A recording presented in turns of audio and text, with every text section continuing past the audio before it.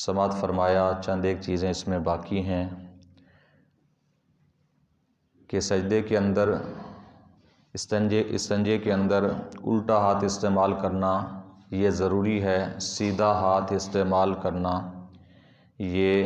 مکروہ و ممنوع ہے اور اس سے بچنا ضروری ہے۔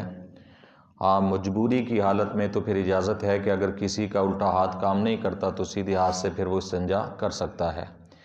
اور اس کے علاوہ کہ نارمل حالات میں الٹے ہاتھ سے استنجا کرنا، سیدھے ہاتھ سے ڈھیلا لینا یا پانی لینا ہے تو سیدھے ہاتھ سے لینا، سیدھے ہاتھ سے ڈالنا اور الٹے ہاتھ سے استنجا کرنا یہ سنت ہے۔ اور اس کے علاوہ ہتھیلی سے بھی نہیں اور انگلیوں کے پوروں سے بھی نہیں بلکہ انگلیوں کے پیٹ سے استنجا کرنا چاہیے۔ استنجا کرتے ہوئے کہ اس سے صفائی بھی ٹھیک ہوتی ہے اور انگلیوں کے ناخنوں کے اندر گندگی بھی نہیں پھنستی۔ اس وجہ سے حکم یہ ہے کہ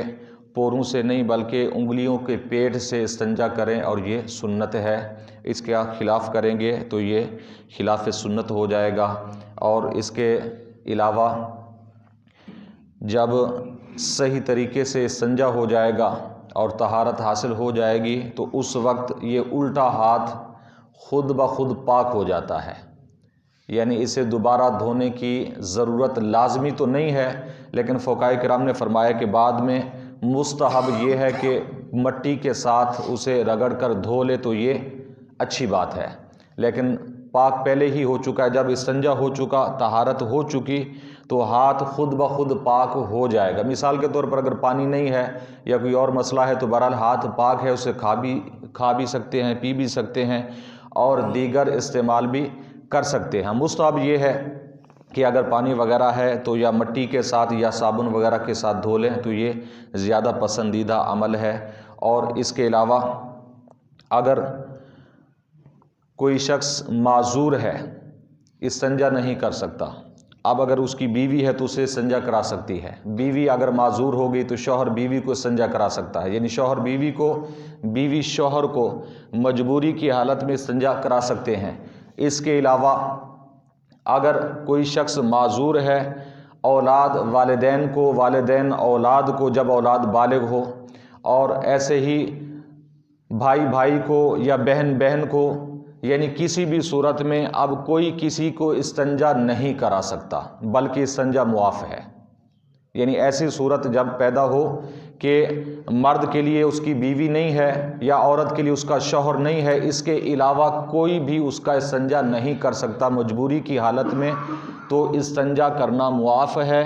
اور استنجے کے بارے میں اس سے کوئی سوال نہیں ہوگا بلکہ شریعت کی طرف سے معاف کر دیا گیا ہے۔ اور کیونکہ معاشرے کے اندر کئی مرتبہ ایسا دیکھا گیا ہے کہ اولاد جو ہے، بیٹے جو ہیں والد کو بسا اوقات استنجا کراتے ہیں تو یہ جائز نہیں ہے۔ چاہے والد بھی ہے اسے بھی بیٹا استنجا نہیں کرا سکتا، کہ اس کی اجازت ہمارے دین اسلام نے نہیں دی ہے، کیونکہ اسے شرمگاہ کھلنے کا خطرہ ہے، شرمگاہ پر نظر پڑنے کا خطرہ ہے۔ اس لیے کہ یہ استنجا سنت ہے، استنجا کرنا یا کرانا زیادہ سے زیادہ سنت ہے، اور کسی کی شرمگاہ کو نہ دیکھنا یہ فرض ہے، تو اب فرض کو ترجیح دی جائے گی، سنت معاف ہوگی۔ یہ چیز بھی ذہن میں رکھنی چاہیے۔ اور اس کے علاوہ کہ استنجا کرنے کے بعد استنجا سے جو پانی بچ جائے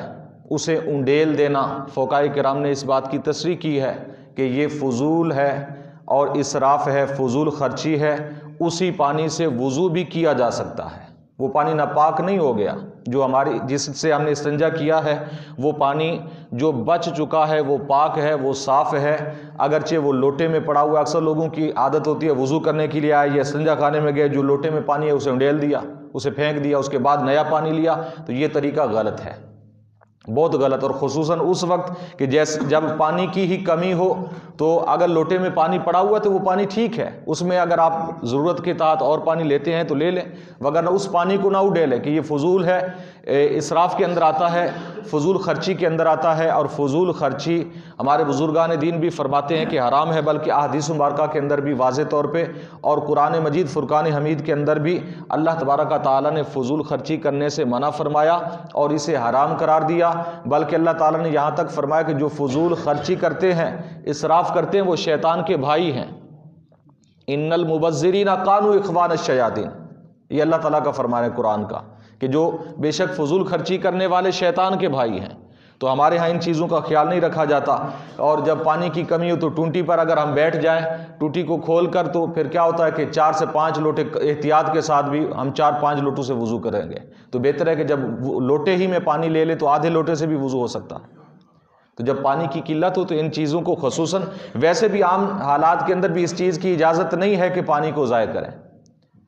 ضائع کریں گے تو ناجائز ہے، فضول خرچی کے اندر شمار ہوگا، حرام ہے، حرام کام کر رہے ہیں۔ تو ہمارے بزرگان دین نے تو فرمایا کہ آدھا کلو، زیادہ سے زیادہ پانی بتایا، آدھا کلو وضو کے لیے کافی ہے، کفایت کرتا ہے، اگر بندہ صحیح طریقے سے وضو کرنا چاہے جس طرح وضو کرنے کا حق ہے۔ ویسے تو آج کل ہم بہت زیادہ پانی خرچ کر دیتے ہیں، تو اس کا جواب دہ ہونا ہے قیامت کے روز۔